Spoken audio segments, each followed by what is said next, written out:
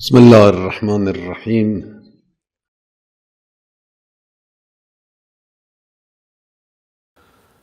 اعوذ باللہ من الشیطان الرجیم بسم اللہ الرحمن الرحیم الحمد للہ رب العالمین والصلاة والسلام علی سید الانبیاء والمرسلین وعلی اہل بیتہ الطیبین الطاہرین وصحبہ المنتجبین۔ ایمان کے موضوع پر آیت اللہ سید علی حسینی خامنائی کی تقاریر آپ کی خدمت میں بیان کی جا رہی ہیں۔ آج اس سلسلے کا 18واں درس ہے۔ سورہ آل عمران کی آیت نمبر 190 اور 191 ہماری موجودہ بحث کا موضوع ہیں۔ ان آیات کا ترجمہ آپ کی خدمت میں عرض کر کے انشاءاللہ گفتگو کے سلسلے کو آگے بڑھائیں گے۔ خداوند عالم فرماتا ہے ان فی خلق السماوات والارض واختلاف اللیل والنہار لآیات لأولی الالباب، یقیناً آسمانوں اور زمین کے خلق کیے جانے میں اور رات اور دن کے آنے جانے میں، ایک دوسرے کے پیچھے آنے جانے میں صاحبان عقل کے لیے نشانیاں ہیں۔ الذین یذکرون اللہ قیاما وقعودا وعلی جنوبہم، صاحبان عقل کون ہیں؟ جو لوگ یاد کرتے ہیں یا یاد رکھتے ہیں اللہ کو کھڑے ہوئے اور بیٹھے ہوئے اور پہلوؤں کے بل لیٹے ہوئے۔ وَيَتَفَكَّرُونَ فِي خَلْقِ السَّمَاوَاتِ وَالْأَرْضِ، اور آسمانوں اور زمین کی خلقت میں تفکر کرتے ہیں، غور کرتے ہیں۔ ربنا ما خلقت هذا باطلا، اے ہمارے پروردگار تو نے اس نظام کو بغیر مقصد کے باطل پیدا نہیں کیا، خلق نہیں کیا۔ سبحانک، تیری ذات پاک ہے اس عیب سے کہ تو کوئی کام بغیر مقصد کے کرے۔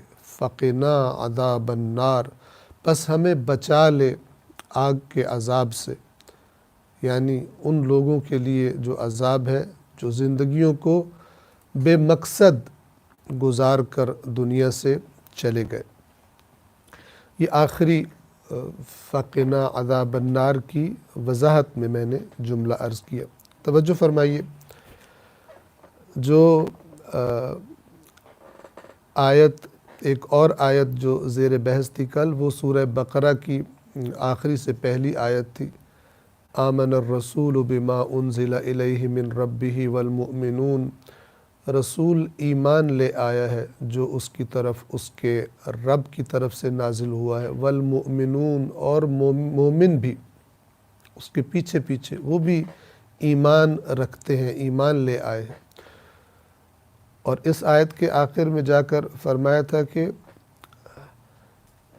وَقَالُوا سَمِعْنَا وَأَطَعْنَا، اور یہ مومن کیا کہتے ہیں؟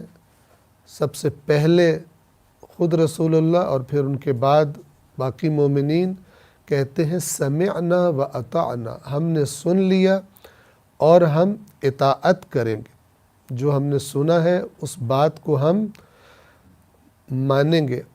اور عرض کیا تھا کہ سمعنا سے معنی صرف یہ نہیں ہے کہ ہمارے کانوں پر بات پڑ گئی ہے، بلکہ سمعنا کا معنی ہے ہم نے سنا اور سمجھ لیا ہے۔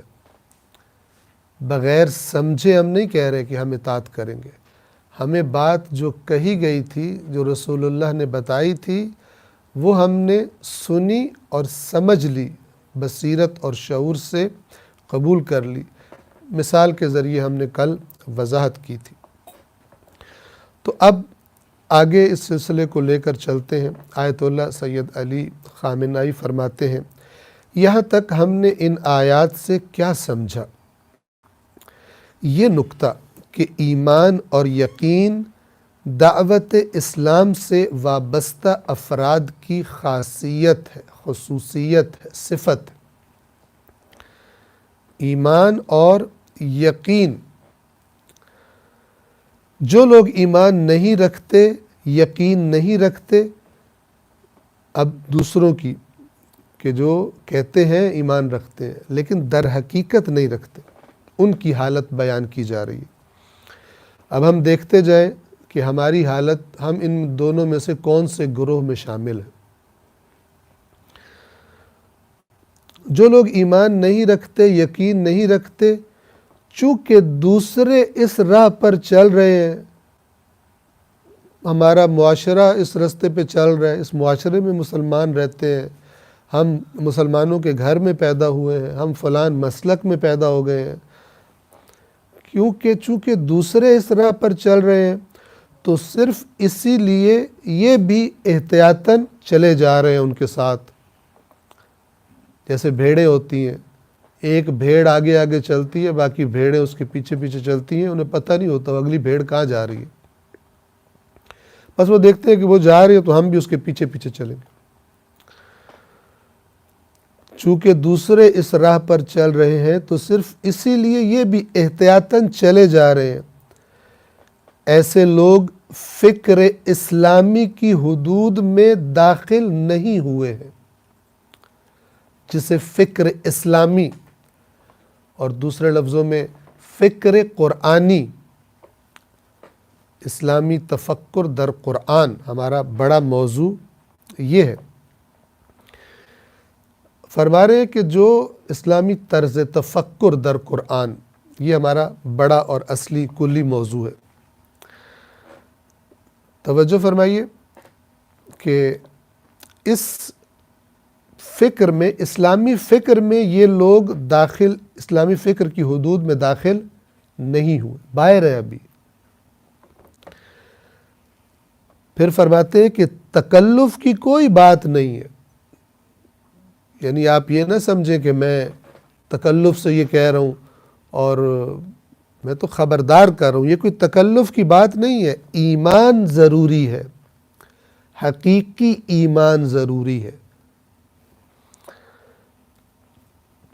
ایمان یعنی اعتقاد، واضح طور پر بات کو قبول کرنا، یعنی دل کے اندر سے تسلیم کر لینا، ایک کشش کے پیچھے چلنا، یعنی یہ جو حقیقی ایمان ہوتا ہے اس کی تاثیر ہوتی ہے، انسان اس طرف رخ کر لیتا ہے جس طرف اس ایمان کا تقاضا ہے، اور پھر جیسے ایک مقناطیس لوہے کو کھینچتا ہے، مقناطیس اپنی کشش کے ذریعے لوہے کو اپنی طرف کھینچتا ہے، اس شخص کا ایمان بھی اسے اپنی طرف کھینچتا ہے۔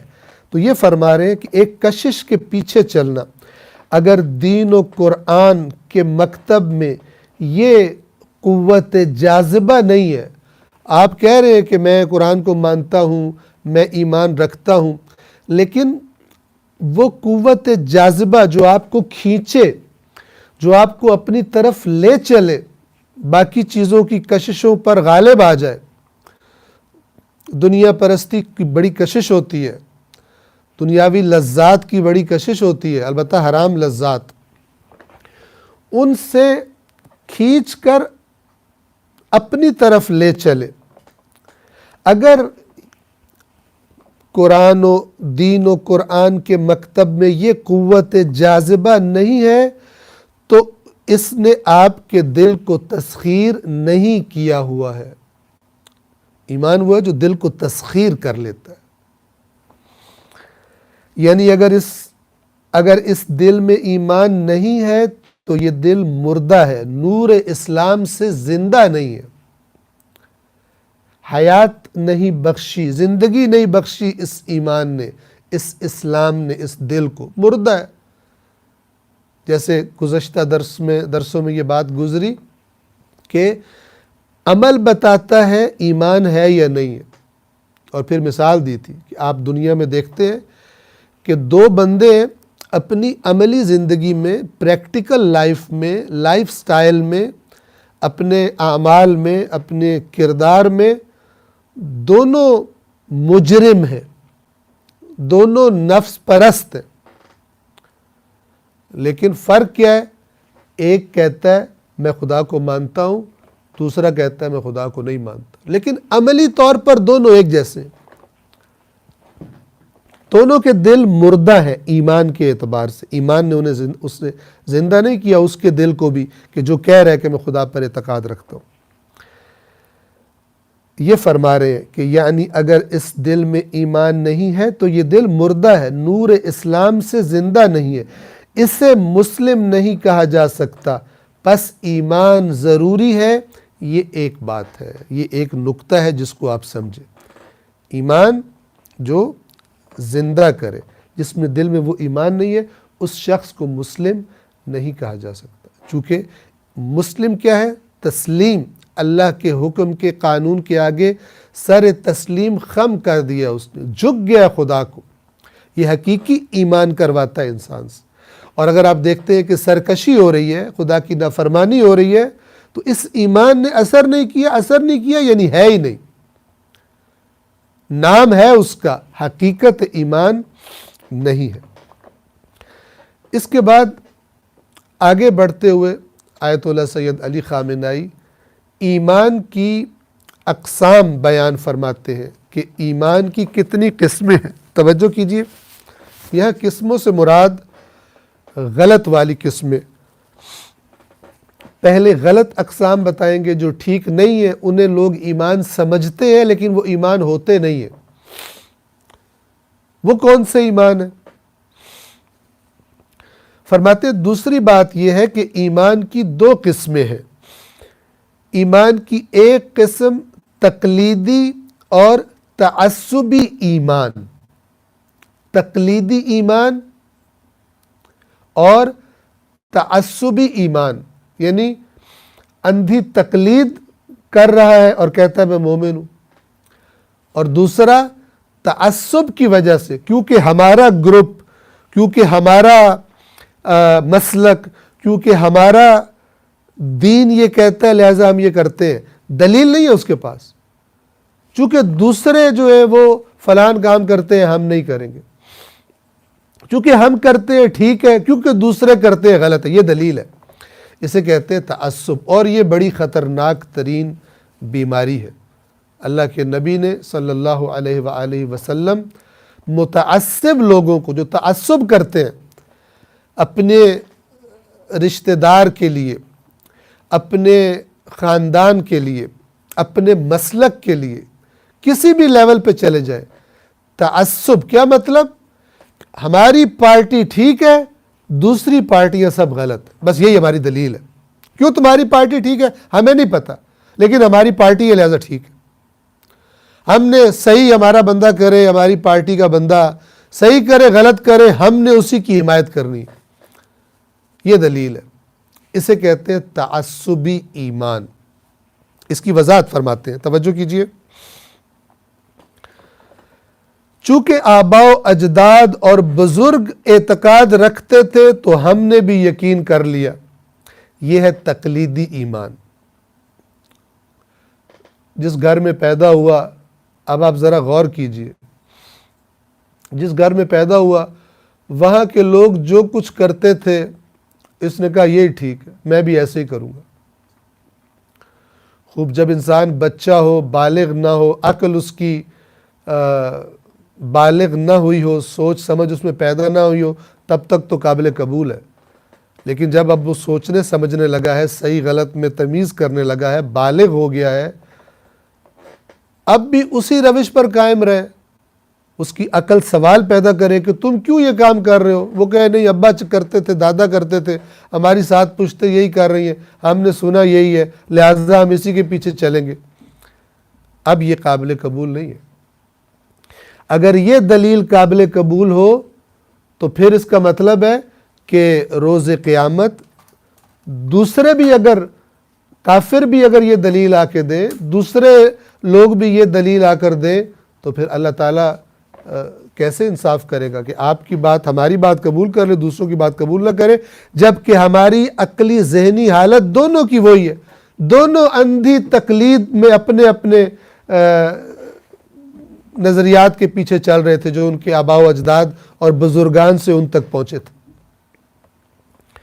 اس کی وضاحت فرما رہے ہیں, چونکہ آباء و اجداد اور بزرگ اعتقاد رکھتے تھے تو ہم نے بھی یقین کر لیا, کیونکہ ہماری کتاب میں ہمارے دینی مکتب میں اس طرح کہا جاتا ہے تو ہم بھی ایسا ہی کہتے ہیں. یہ دلیل ہے. بھائی تمہارے مکتب میں کیوں یہ کہا جاتا ہے ہمیں نہیں پتا، لیکن کیونکہ ہم اس مکتب سے تعلق رکھتے ہیں، ہم اس دین سے تعلق رکھتے ہیں، لہذا یہی ٹھیک ہے.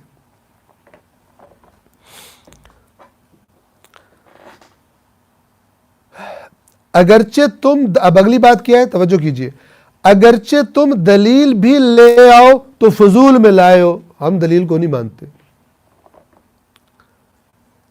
ہم تمہاری بات نہیں مانیں گے. یہ بھی ایک قسم کا ایمان ہے، لیکن تقلید یا تعصب کی بنیاد پر ایمان کی دو قسمیں ہیں. ایک تقلید والا ایمان، ایک تعصب کی بنیاد پر ایمان. یا تقلید کی بنیاد پر، جیسے عوام الناس، معاشرے کے عام لوگ، ان کا ایمان عام طور پر کون سا ایمان ہوتا ہے؟ تقلیدی ایمان ہوتا ہے. توجہ فرمائیے، اگر عام لوگوں سے، عوام الناس سے پوچھا جائے کہ جناب آپ کیسے کہہ رہے ہیں کہ پیغمبر اسلام برحق ہیں، تو کچھ نہیں جانتے. کیا جواب دیں گے؟ ہے برحق. بھائی کیوں برحق ہے؟ غصے میں آ جائیں گے، ٹھیک ہے، تو آپ کو برا بھلا کہنا شروع کر دیں گے، بے ایمان کہنا شروع کر دیں گے. دلیل نہیں رکھتے.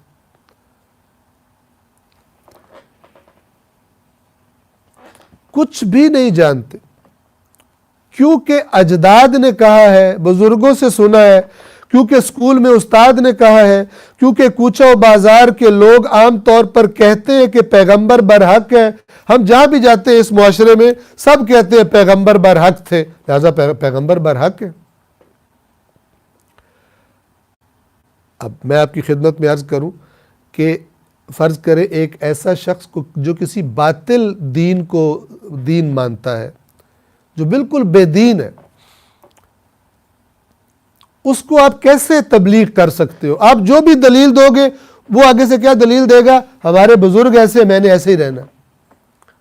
وہ کہتے ہیں فلان چیز ہمارے بزرگ کہتے تھے، یہ طریقہ ٹھیک ہے، میں نے یہی طریقہ رکھنا. آپ اسے لاکھ دلائل دیں، وہ کہے گا دلیل میں نہیں مانتا، میری دلیل سب سے مضبوط ہے، وہ یہ کہ ہمارے بزرگ یوں ہی کرتے تھے.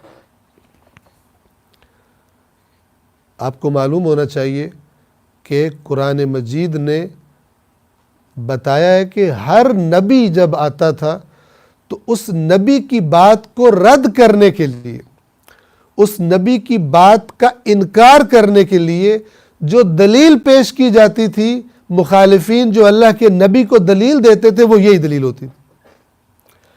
قرآن کے لفظوں میں اِنَّا وَجَدْنَا آبَاءَنَا عَلَىٰ أُمَّةٍ وَإِنَّا عَلَىٰ آثَارِهِمْ مُقْتَدُونَ. ہم نے اپنے آباء و اجداد کو ایک روش پر پایا ہے اور ہم انہی کی اقتداء کریں گے، ہم تیری بات نہیں مانیں گے. اللہ کے نبی کو یہ کہتے تھے. یہ جو ایمان ہے، تقلیدی ایمان، اسے قرآن نے بیان فرمایا ہوا ہے. انبیاء کے مخالفین کی یہ دلیل ہوتی تھی. تو اس ایمان کو قرآن کتنی ویلیو دے گا، کتنی ویلیو ہوتی ہے، کتنا وزن ہوتا ہے اس ایمان کا. توجہ فرمائیں، آگے بڑھتے ہیں. کیونکہ اجداد نے کہا ہے، کیونکہ اسکول میں استاد نے کہا ہے، کیونکہ کوچہ و بازار کے لوگ عام طور پر کہتے ہیں کہ پیغمبر برحق ہے، اس لیے یہ بھی کہتا ہے کہ پیغمبر برحق ہے. اس کا ایمان بھی ہے. ہاں، ہم یہ نہیں کہہ رہے کہ یہ جو کہہ رہا ہے کہ بزرگ ہمارے کہتے تھے، اس کا ایمان نہیں ہے. نہیں، اس کو دل سے ایمان ہے، اوپر سے نہیں کہہ رہا. توجہ فرمائیے، ایسا نہیں ہے کہ اوپر سے کہہ رہا ہے دل سے مانتا نہیں. دل سے بھی مانتا ہے، لیکن مانتا کیوں ہے؟ تقلید ہے، سنا ہوا ہے، صرف سوچ کر عقل اور شعور اور بصیرت کی روشنی میں قبول کیا ہوا نہیں ہے. اندھی تقلید میں قبول کیا ہوا ایمان ہے. سب کہتے ہیں، پھر بات یوں ہی ہوگی. اس فرماتے ہیں یہ نہ سمجھے کہ اس کا امام کہہ رہے اس کا ایمان نہیں ہے. اس کا ایمان بھی ہے. ہاں، یعنی واقعاً اسے یقین ہے کہ پیغمبر برحق ہے، رسول اللہ حق پر ہے، لیکن یہ ایمان اس کی اور اس کی زبان سے تقلید میں اور آنکھیں بند کر کے پیدا ہوا ہے. یہ جو اس کے اندر یہ ایمان پیدا ہوا ہے، اور جو اس کی زبان سے آپ سن رہے ہیں کہ پیغمبر برحق ہے، یہ تقلید میں اور آنکھیں بند کر کے، آنکھیں بند کر سے کیا مراد ہے؟ عقل کی آنکھیں بند کر کے، کیونکہ عقل تو پرکھتی ہے. بھائی تم کہہ رہے ہو پیغمبر برحق ہے، کیوں برحق؟ وہ دوسرے برحق کیوں نہیں؟ وہ کیا کہتے ہیں، آپ کیا کہتے ہیں؟ میں کمپیئر کروں، مجھے پتہ چلے. میری عقل تسلیم کرتی ہے اس کو. اور یاد رکھیے، یہ عقل انسان کے اندر اللہ کا نمائندہ ہے.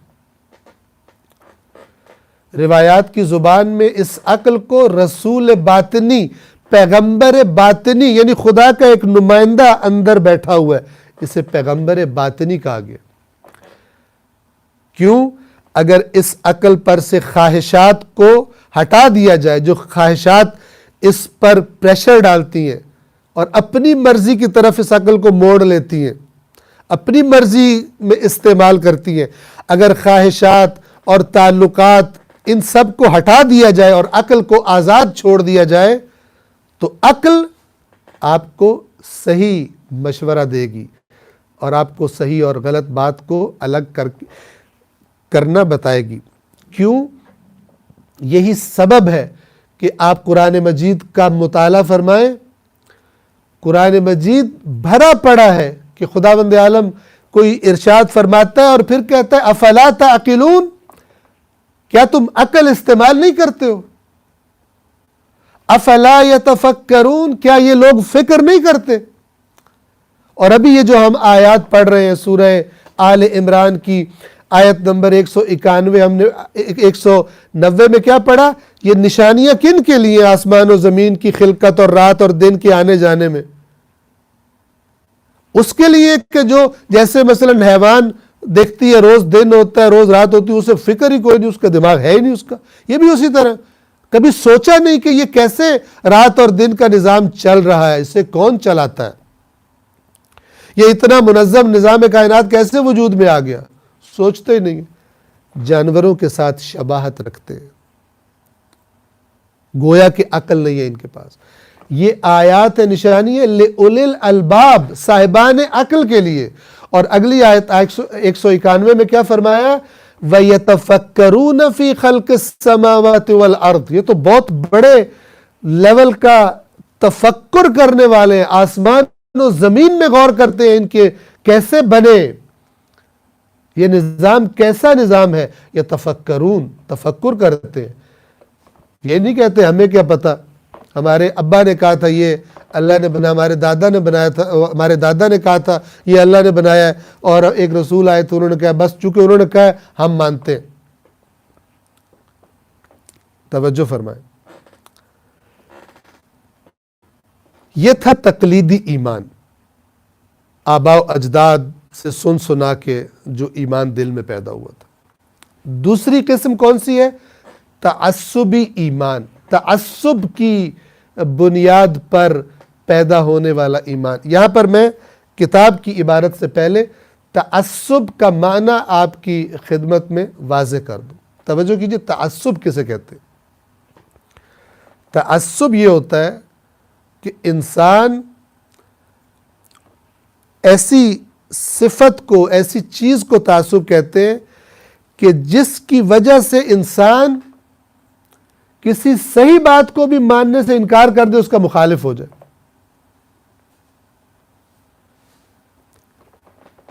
ایک حدیث کے مطابق پیغمبر اسلام صلی اللہ علیہ وآلہ وسلم سے سوال کیا گیا، یا رسول اللہ تعصب کیا ہے؟ تو اللہ کے رسول نے جواب میں فرمایا کہ تعصب یہ ہے، توجہ فرمائیے، تعصب یہ ہے کہ تو اپنی قوم کے گندے لوگوں کو بھی دوسری قوم کے اچھے لوگوں سے بہتر سمجھے، ان کی حمایت کرے. تو اب آپ اس قوم سے رشتہ دار، میرے دوست، میری پارٹی، میرے علاقے کے لوگ کسی بنا پر بھی تعصب کر لیں،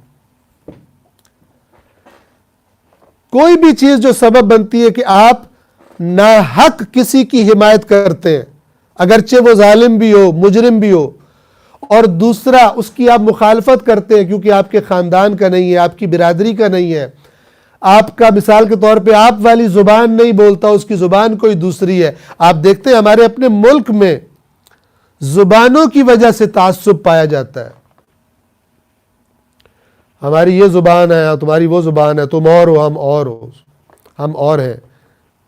آیا دین سے یہ سیکھا ہے؟ نہیں۔ یہ ایمان جو تعصب کی بنا پر ہوتا ہے، اب اس کی وضاحت فرما رہے ہیں۔ اسی تقلیدی ایمان جیسا تعصبی ایمان بھی ہوتا ہے، اور وہ کیا ہے کہ کچھ لوگ اس پر تیار ہیں کہ نعوذ باللہ دوسرے انبیاء کی بے احترامی کریں۔ اب دیکھیں مثال، یہ قرآنی مثال ہے۔ یہود کہتے تھے ہم حضرت موسیٰ کو مانتے ہیں، اس کو نہیں، اس رسول کو نہیں مانیں گے، اور یہاں تک کہ ان رسول اللہ کی توہین کیا کرتے تھے، مخالفت کرتے تھے۔ یہ تعصب۔ قرآن نے سے یوں کہا ہے وَإِذَا قِيلَ لَهُمْ آمِنُوا بِمَا أَنزَلَ اللَّهُ، جب ان سے کہا جاتا ہے کہ اس پر ایمان لے آؤ جو اب اللہ نے نازل کیا ہے، قَالُوا نُؤْمِنُ بِمَا أُنزِلَ عَلَيْنَا، کہتے ہیں ہم اس پر ایمان رکھتے ہیں، اس پر ایمان لائے ہیں جو ہم پر نازل ہوا تھا، یعنی ہم یہودیوں کی جو کتاب ہے۔ وَيَكْفُرُونَ بِمَا وَرَاءَهُ، اور جو اس کے علاوہ ہے ہم اس کا انکار کرتے ہیں۔ یہ ہے تعصب۔ یہ دلیل یہ دے رہے کہ جو ہماری کتاب ہے اس پر ایمان ہے اور کسی پر ایمان نہیں رکھتے۔ دلیل کیا دو؟ کہتے یہی دلیل ہے، تم جو مرضی دلیل دے لو، ہم نہیں مانیں۔ لہذا اللہ تبارک و تعالیٰ قرآن میں فرماتا ہے وَلَئِنْ أَتَيْتَ الَّذِينَ أُوتُوا الْكِتَابَ بِكُلِّ آيَةٍ مَا تَبِعُوا قِبْلَتَكَ، اے رسول اگر آپ، یہ قبلہ جب تبدیل ہوا تھا، مسلمانوں کو حکم دیا گیا کہ بیت المقدس سے رخ پھیر کر واپس اب رخ کر لو، مسجد الحرام کی طرف رخ کر کے نماز پڑھو، تو اہل کتاب نے، یہودیوں نے پروپیگنڈا شروع کر دیا، یہ کیسا دین ہے؟ تو اللہ کے نبی وہاں پر خداوند عالم نے ارشاد فرمایا انہی قبلے کی تبدیلی والی آیات میں، قرآن مجید کے دوسرے جز کے شروع میں یہ آیات ہیں، سورہ بقرہ کی آیات ہے، وہاں اللہ تعالیٰ نے فرمایا کہ اے رسول اگر آپ ہر نشانی، ہر دلیل ان کو لا کر پیش کر دیں اہل کتاب کو، یہ آپ کے قبلے پر نہیں چلیں گے، آپ کے قبلے کی حقانیت کو نہیں مانیں گے۔ یہ ہے تعصب۔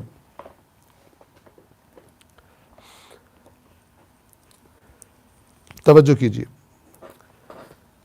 کچھ لوگ اس پر تیار ہیں کہ نعوذ باللہ دوسرے انبیاء کی بے احترامی کریں اپنے رسول کی خوشی کی خاطر۔ توجہ فرمائیں کیا کہنا چاہ رہے ہیں؟ وہ سمجھتے ہیں کہ ملکوت اعلیٰ میں، یعنی خدا کے پاس ان عالمہائے بالا میں، ملکوت اعلیٰ میں بھی پیغمبروں کے درمیان اختلاف پایا جاتا ہے۔ اتنے عقل سے آ رہی ہیں، سمجھتے ہیں کہ جیسے ہم یہاں پر اختلاف کر رہے ہیں انبیاء کے بارے میں، آسمان پر ہمارے انبیاء کا بھی آپس میں یوں ہی اختلاف ہے، وہ بھی اپنی اپنی قوم کی طرح تعصب رکھتے ہیں، دوسرے نبیوں کو کہتے ہیں تمہارے لوگ غلط ہیں، ہمارے لوگ صحیح ہیں۔ یہ اختلاف سمجھتے ہیں کہ پیغمبروں کے درمیان بھی اختلاف پایا جاتا ہے۔ حضرت موسیٰ علیہ السلام، حضرت موسیٰ علیہ السلام کون تھے؟ بھائی ہمارے نبی، اب یہ وہی یہودیوں والی بات ہو رہی ہے، ہمارے نبی تھے۔ اور بدقسمتی سے یہ بات صرف جاہلوں سے مخصوص نہیں ہے۔ آیت اللہ خامنہئی فرما رہے ہیں کہ یہ جو تعصب ہے یہ فقط یعنی عوام اور جاہلوں میں دیکھنے میں نہیں آتا، بعض دفعہ بڑے بڑے لیول کے علماء میں دیکھنے میں آ جاتا ہے۔ بدقسمتی سے یہ بات صرف جاہلوں سے مخصوص نہیں ہے، کبھی ایسے لوگوں کے درمیان بھی جن سے انسان کو زیادہ توقعات ہوتی ہیں کہ یہ تو بات کو سمجھیں گے، ایسے افراد سے بھی جن سے توقع ہوتی ہے کہ وہ زیادہ سمجھ پائے ہوں گے، زیادہ درک کیا ہوگا، ایسی غلطیاں دکھائی دے جاتی ہیں ان لوگوں میں بھی، وہ بھی اسی تعصب کا شکار ہوتے ہیں۔ جس کی مثالیں گوشہ و کنار میں دیکھی ہیں، ضروری نہیں کہ ان کا ذکر کیا جائے۔ فرما رہے ہیں کہ ابھی ان کا ذکر کرنا ضروری نہیں ہے، لیکن پائی جاتی ہیں، بعض بڑی سطح کے لوگوں میں بھی یہی تعصب پایا جاتا ہے۔ فرماتے ہیں اسے کہتے ہیں متعصبانہ، یعنی تعصب والا ایمان۔ اب دیکھیے اپنے دین کی مثال دے رہے ہیں، سمجھیے، چونکہ دین اسلام ایسا کہتا ہے اس لیے درست ہے۔ کیا مطلب؟ یعنی اگر پوچھا جائے کہ اسلام جو یہ کہتا ہے کس دلیل سے کہتا ہے، کہتا ہے کوئی دلیل نہیں، بس یہی دلیل ہے کیونکہ اسلام کہتا ہے، اور وہ دوسرے کیوں غلط ہے؟ کیونکہ اسلام نہیں کہتا لہذا غلط ہے۔ اس فارمولے کو آپ کہیں بھی جا کر اپلائی کر لیں، کسی بھی مکتب والے، مسلک والے، دین والے، اگر وہ یہی دلیل دیں تو ایسے بندے کا ایمان تعصبی ایمان ہے۔ چونکہ دین اسلام کہتا ہے اس لیے درست ہے، اور جو دوسرے ادیان کہتے ہیں وہ غلط ہے۔ سن تو لو، نہیں سننا کیونکہ دوسرے کہتے ہیں غلط ہے۔ چونکہ فلاں عمل ہم مسلمان انجام دیتے ہیں اس لیے درست ہے، اور جو دوسرے وہ عمل انجام دیتے ہیں وہ غلط ہے۔ ایک ایمان رکھتا ہے، یعنی یہ بندہ ایمان رکھتا ہے، لیکن اس ایمان کی حمایت دلیل نہیں کرتی۔ اس ایمان کی بیک پر کون ہے؟ کیا چیز سپورٹ کر رہی ہے؟ تعصب، نہ دلیل۔ لیکن اس ایمان کی حمایت دلیل نہیں کرتی، صرف تعصب کی بنا پر ہے۔ اور آپ جانتے ہیں کہ تعصب یعنی بغیر دلیل کے جانبداری، کسی کی حمایت کرنا، کسی انسان کی حمایت ہو یا کسی فکر اور عقیدے کی حمایت ہو، دلیل حمایت نہ کر رہی ہو بلکہ کیا حمایت کر رہا ہو؟ تعصب، بغیر دلیل کے جانبداری، احساسات کی بنا پر جانبداری، حمایت، منطق کی بنا پر نہیں، عقل و شعور کی بنا پر نہیں، دلیل کی بنا پر نہیں، اسے کہتے ہیں تعصب۔ یہ تقلیدی اور تعصبی ایمان ہے کہ دونوں قسمیں بیان کر دی گئی۔ پھر فرماتے ہیں، آپ دوستوں کی توجہ کے لیے عرض کرتا ہوں، جس ایمان کی اسلام میں اہمیت ہے، یہ جو ہمارا دین ہے جسے ہم اسلام کہتے ہیں، جو قرآن نے بتایا ہے، جو حقیقی اسلام ہے، فرماتے ہیں جس ایمان کی اسلام میں اہمیت ہے وہ تقلیدی اور تعصبی ایمان نہیں ہے۔ یعنی اس کو جب خدا کی بارگاہ میں پیش کرو گے اس کی کوئی قدر و قیمت نہیں ہوگی۔ کیوں نہیں ہوگی؟ اگر دوسرے بھی آ جائیں کہ ہم بھی تو یہی کرتے تھے جو اس نے کیا تھا، تو خداوند عالم کیسے ترجیح دے، کس معیار پر کہ جو عادل ہے۔ یہ بھی سست، اس نے بھی نئی عقل چلائی دین میں، دنیا میں مثلا لگا رہا، مثال کے طور ادھر بڑا تیز تھا، لیکن دین کے معاملے میں جو سنا بس وہی چلتا رہا۔ اور وہ دوسرا کوئی کسی اور دین کو ماننے والا، وہ بھی بالکل اسی طرح تھا۔ اللہ تو دلوں کے حال جانتا ہے۔ خداوند عالم نے دونوں کو ایک جیسا پایا رویے میں۔ جس ایمان کی اسلام میں اہمیت ہے وہ تقلیدی اور تعصبی ایمان نہیں ہے، یعنی تقلیدی اور تعصبی ایمان کی کوئی قیمت نہیں ہے۔ آپ کو دلیل چاہیے، یعنی فرما رہے ہیں کہ آپ کہیں گے کہ یہ تو بہت سارے لوگوں کا ایمان یہی ہے، تو یہ بات آپ کیوں کر رہے ہیں؟ تو آیت اللہ خامنائی خود ہی دلوں میں آنے والی جو بات ہے، جو اندازہ لگا لیتا ہے بولنے والا، ایک سمجھدار بولنے والا، تو کہہ رہے ہیں آپ کو دلیل چاہیے میری بات کی۔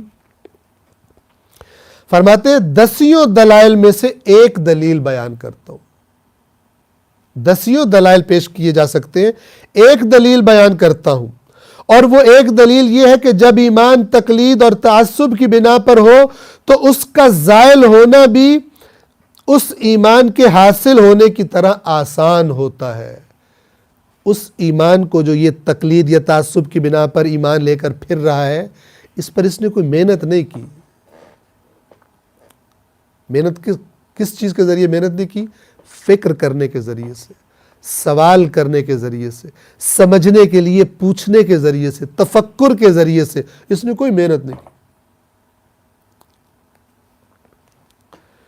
تو جس طرح آسانی سے اس کے پاس آیا ہے، اگر کوئی اس ایمان کو کھینچنا چاہے اور تھوڑا بندہ سمجھدار ہو، ٹیکنیکل ہو، تو ایک ہی وار ایسا کرے گا کہ یہ ایمان اس کے دل کے اندر سے جڑ کٹ جائے گی۔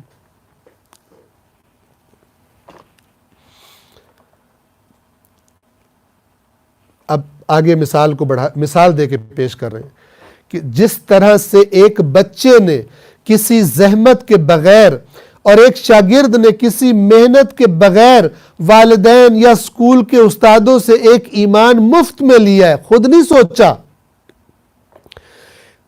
ایک ایمان مفت میں لے لیا ہے، بالکل اسی طرح ایمان کے چور مفت میں یہ ایمان اس سے لے اڑیں گے۔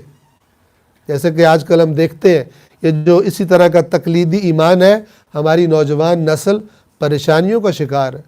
جس طرح یلغار ہے مغربی ثقافت کی اور مغربی نظریات کی، مغربی افکار کی اور دین اسلام کے بارے میں شکوک و شبہات کی جو یلغار ہے، بعض دفعہ بڑے پڑھے لکھے اور بڑی اونچی ڈگریاں جنہوں نے لی ہوئی ہیں اور مغربی ممالک سے تعلیم حاصل کر کے آئے ہیں اور وہ اساتید کی شکل میں خود بھی بے دین ہیں، اور بے دینی کے جراثیم ان معصوم بچوں میں، نوجوان نسل میں پیدا کرتے ہیں۔ کیوں کامیاب ہے؟ اس لیے کہ ان بچوں کا، اس نسل کا ایمان تقلیدی ایمان ہے یا تعصبی ایمان ہے، عقل کی اور شعور کی اور بصیرت کی بنا پر حاصل کیا گیا ایمان نہیں ہے۔ اور آیت اللہ خامنائی کے لفظوں میں مفت لیا ہے، بس ماں باپ سے سنا، اسکول میں کسی استاد سے سن لیا بچپن میں اور ایمان بن گیا۔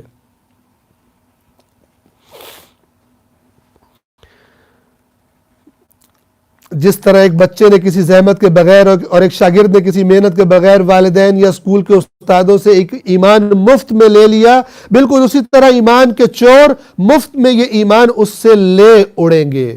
اور اچانک آپ دیکھیں گے، یعنی آپ دیکھیں گے کہ یہ جو بچہ بڑا ایماندار تھا، یہ بڑا نماز پڑھا کرتا تھا، یہ بڑا مثلا دینی محافل میں آتا جاتا تھا، اور اچانک آپ دیکھیں گے کہ ایمان کے بغیر اندر کھوکھلا ہے ایمان سے، ایمان کے بغیر ایک نسل، سارا ایمان غلط، برباد، سارا ایمان اندر سے خالی، مادیت کے، مادہ پرستی، میٹیریلزم، دنیا پرستی، مادیت کے شعلے کے مقابلے میں ایمان اس طرح ختم ہو جاتا ہے جس طرح چلچلاتی دھوپ میں برف پگھل جاتی ہے اور پانی بن کر زمین میں جذب ہو جاتی، ایسے غائب ہو جاتا ہے۔ یہ ایمان جو آگاہانہ شعوری ایمان نہیں تھا، یا تعصب کی بنا پر تھا یا تقلید کی بنا پر تھا۔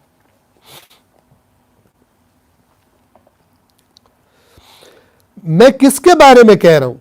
اب آیت اللہ خامنائی فرماتے ہیں کہ یہ جس ایمان سے میں آپ کو خبردار کرنا چاہ رہا ہوں، یہ کون لوگ ہیں؟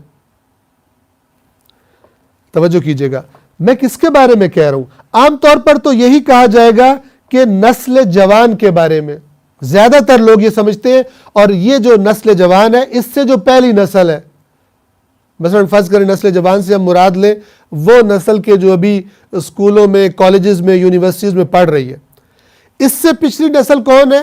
جو ان سے آگے ہے، جو استادوں کی شکل میں ہے، ماں باپ کی شکل میں ہے، مثلا دادا بن چکے ہیں، نانا بن چکے ہیں، ان کی طرف دماغ کم جاتا ہے، اور یہ جس ایمان کی مشکلات کی بات ہو رہی ہے، ذہن زیادہ جاتا ہے نوجوان نسل کی طرف۔ توجہ فرمائیے، زیادہ ذہن جاتا ہے نوجوان نسل کی طرف، لیکن آیت اللہ خامنائی فرما رہے ہیں کہ ایسا نہیں ہے۔ زیادہ مسائل اس جوان نسل سے پہلی والی نسل کے، جو ابھی ذرا زیادہ بڑے ہیں، معاشرے میں موجود ہیں۔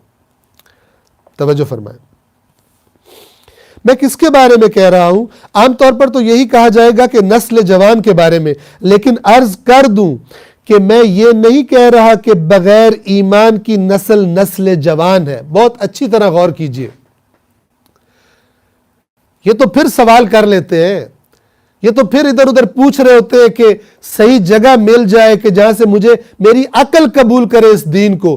پریشان ہیں لوگ، شکوک و شبہات ڈال رہے ہیں، سوشل میڈیا کے ذریعے سے، انٹرنیٹ کے ذریعے سے، مختلف لوگوں سے، معاشروں سے رابطے میں آ جانے کی وجہ سے ان کے سوالات سن کر اب یہ ڈھونڈ رہے ہیں کہ مجھے ملے۔ یہ تو بڑا اچھا جذبہ ہے۔ اس سے جو پہلی نسل ہے وہ تو اسی ایمان پر مطمئن ہو کے بیٹھی ہوئی ہے جو یا تقلیدی ہے یا تعصبی ہے۔ لیکن میں عرض کر دوں کہ میں یہ نہیں کہہ رہا کہ بغیر ایمان کی نسل جوان ہے، یعنی یہ جو میں کہہ رہا ہوں اس ایمان کی کوئی قیمت نہیں، تقلیدی اور تعصبی ایمان کی. یہ میں نسل جوان، میرا فوکس نہیں ہے میری بات کا. کیوں؟ اس لیے کہ اگر گوشہ و کنار میں ایمان کی کلیاں ہمیں دکھائی دے رہی ہیں جو کل پھول بن سکتی ہیں، اگر کلیاں ایمان کی ہمیں دکھائی دے رہی ہیں، اگر اس کے جلوے کا مشاہدہ کہیں کرتے ہیں تو وہ مشاہدہ نسل جوان ہی میں کرتے ہیں. ہم جو جوان ہے وہی، ان کے اندر ہی ہمیں گوشہ و کنار میں یہ جذبہ نظر آتا ہے، تڑپ ہے میں سمجھوں دین کو. یہ جو سوالات میرے اوپر حملہ کیا جا رہا ہے، سوالات اور اعتراضات دین پر، ان کا جواب مجھے کہیں سے ملے، اس کی تڑپ اسی جوان نسل میں زیادہ نظر آتی ہے. اس جوان نسل سے جو پہلی نسل ہے ان میں تو یہ جذبہ بھی دکھائی نہیں دیتا، اسی تقلیدی یا تعصبی ایمان کو لے کر بیٹھ گئے. اگر اس کے جلوے کا مشاہدہ کہیں کرتے ہیں تو وہ مشاہدہ نسل جوان ہی میں کرتے ہیں. پھر بھی نسل جوان کو مرحبا، یعنی ان ساری مشکلات کے باوجود نسل جوان کو مرحبا کہ وہ غیر تقلیدی اور غیر تعصبی اور علم کی بنا پر پیدا ہونے والے ایمان کی تلاش میں. انہیں نہیں سمجھ آ رہا کہ تقلیدی ایمان کیا ہوتا ہے، انہیں نہیں، ان کا عقل قبول کر رہی، تعصبی ایمان کو قبول نہیں کر رہی. وہ شعوری ایمان کی، علم کی بنا پر پیدا ہونے والے علم ایمان کی تلاش میں ہے. نہیں، میں نسل جوان سے پہلے والی نسل کی بات کرنا چاہتا ہوں. میں نسل جوان کی بات نہیں کر رہا، اس سے پہلے والی نسل کی بات کرنا چاہتا ہوں. ہمارے معاشرے کے جوانوں سے پہلے والی نسل، یہی لوگ جو چند چیزوں پر اندھا ایمان رکھتے ہیں، رسمیں ادا کر رہے ہیں، اندھا اعتقاد ہے ان رسموں پر، اگرچہ مجالس عزاداری میں بھی جاتے ہیں. لیکن کیوں جاتے ہیں؟ کیونکہ بزرگان جاتے تھے. نماز جماعت میں بھی اگر ممکن ہو تو شرکت کرتے ہیں، لیکن چونکہ منطق کی بنیاد پر نہیں ہے، چونکہ آگہی، شعور اور درک کی بنیاد پر نہیں ہے، تو بہت آسانی سے مسجد کو آگ لگانے پر اور حتیٰ کہ امام حسین کو بھی پامال کرنے پر، پامال یعنی گھوڑے دوڑا دیے تھے، اس پر بھی تیار ہو جاتے. شعوری ایمان والے ایسا نہیں کریں گے. تقلیدی ایمان والے، تعصبی ایمان والے ایسے فتنوں کے موقع پر ایسی حرکتوں پر بھی تیار ہو جاتے ہیں. اور جو چیز ان کے لیے سچی اہمیت رکھتی ہے اس کی خاطر سب چیزوں کو فدا کرنے پر تیار ہو جاتے ہیں. ان کے ذہن میں حقیقی اہمیت اس دین کی نہیں ہوتی، چونکہ یہ تو دیکھا دکھایا، سنا سنایا ہوتا ہے یا تعصب کی بنا پر ہوتا ہے. وہ چیز جو بھی ہو جو ان کے لیے سچی اہمیت رکھتی ہے ان کے ذہنوں میں، جس کو بٹھا دیا جاتا ہے، اس کی بنا پر وہ اپنے اس تقلیدی اور تعصبی دین کو چھوڑنے بلکہ اس کی مخالفت کرنے پر بھی تیار ہو جاتے ہیں. اور ایسا کرتے بھی ہیں، جیسا کہ ہم دیکھتے ہیں کہ وہ ایسا کرتے ہیں. اور آج ہماری مصیبتوں میں سے ایک جوانوں سے پہلے والی نسل کا سامنا ہے. وہ جوان تو پھر سن لیتے ہیں، یہ تو سننے کو ہی تیار نہیں. یہ تو کہتے ہیں ہم پاگل ہیں، 50 سال پہلے 50 سال ہم نے زندگی گزار دی اور اب تم آگے نئی بات کر رہے ہو. یہ زیادہ سخت ہے. آج ہماری مصیبتوں میں سے ایک جوانوں سے پہلے والی نسل کا سامنا ہے. یہ لوگ جو آج کی مسلمان نوجوان نسل کی مخصوص آگہی اور روشن فکری سے بھی محروم رہے ہیں. یعنی یہ والی روشن فکری اور آگاہی جو آج کی جوان نسل میں پائی جا رہی ہے، جو جذبہ پایا جا رہا ہے، یہ اس سے بھی محروم ہے. اور افسوس کے ساتھ کہ دو نسل پہلے والے لوگوں کی طرح کے عمیق، راسخ اور خطرات سے محفوظ ایمان سے بھی محروم رہے. یعنی 1-2 صدیاں پہلے جو نسل تھی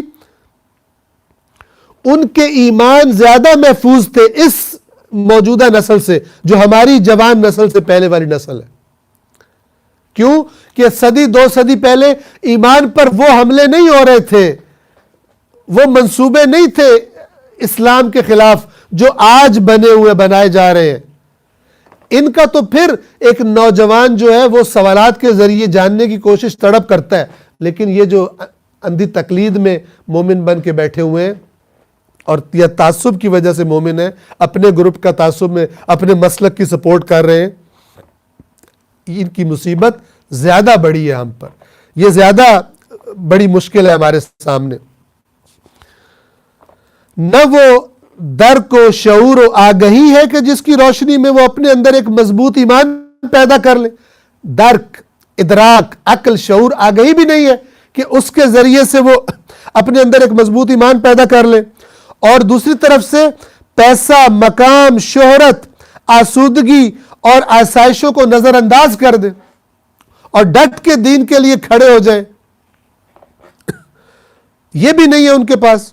اور نہ کوئی 2 صدی اور 1 صدی پہلے جیسا کوئی مضبوط صندوق اور مستحکم حصار ہے کہ کم از کم اسی صندوق کے اندر اپنے ایمان کی حفاظت کر لے، اگرچہ اسی تقلیدی ایمان کی. کہہ رہے پرانے صدی 2 صدی پہلے کے جو لوگ تھے ان کے ایمان ایک لحاظ سے محفوظ تھے. کیوں؟ ان پر اس طرح حملے نہیں ہو رہے تھے. آج وہ روابط نہیں تھے جیسے سوشل میڈیا اور مثلا انٹرنیٹ ہے آج کے زمانے کی. میں آپ کی خدمت بات عرض کر رہا ہوں. آج کی طرح کے حملے اس زمانے میں نہیں تھے. ان کا ایمان پھر بھی محفوظ تھا اگرچہ وہ تقلیدی ایمان کیوں نہ ہو. لیکن آج جب کہ ہر طرف سے حملے ہو رہے ہیں، شکوک و شبہات ڈالے جا رہے ہیں، یہ تقلیدی ایمان کیا فائدہ دے گا؟ یہ ایمان نہ صرف یہ کہ فائدہ نہیں دے گا بلکہ کیا نقصان ہوتا ہے کہ جب کوئی حقیقی دین، شعور اور بصیرت والا شخص آ کر اصلاح کی بات کرتا ہے، حقیقی دین کی بات کرتا ہے، اللہ کی کتاب قرآن مجید کو معاشرے میں اپنی زندگیوں میں واپس لانے کی بات کرتا ہے، تو یہ کہتے ہیں کہ ہمارے بزرگ جو تھے، جو ہم نے دین سیکھا، ہم پاگل ہیں، ہمارے بال سفید ہو گئے، ہم نے جناب اتنے 60-70 سال ہماری عمر ہو گئی، ہم نے ایسے ہی دھوپ میں بال سفید کیے. مخالف بن کے کھڑے ہو جاتے ہیں، مخالفت کرتے ہیں، ضد پہ اڑ جاتے ہیں. یہ ہے نقصان تعصب اور تقلید والے ایمان کا. السلام علیکم ورحمۃ اللہ وبرکاتہ.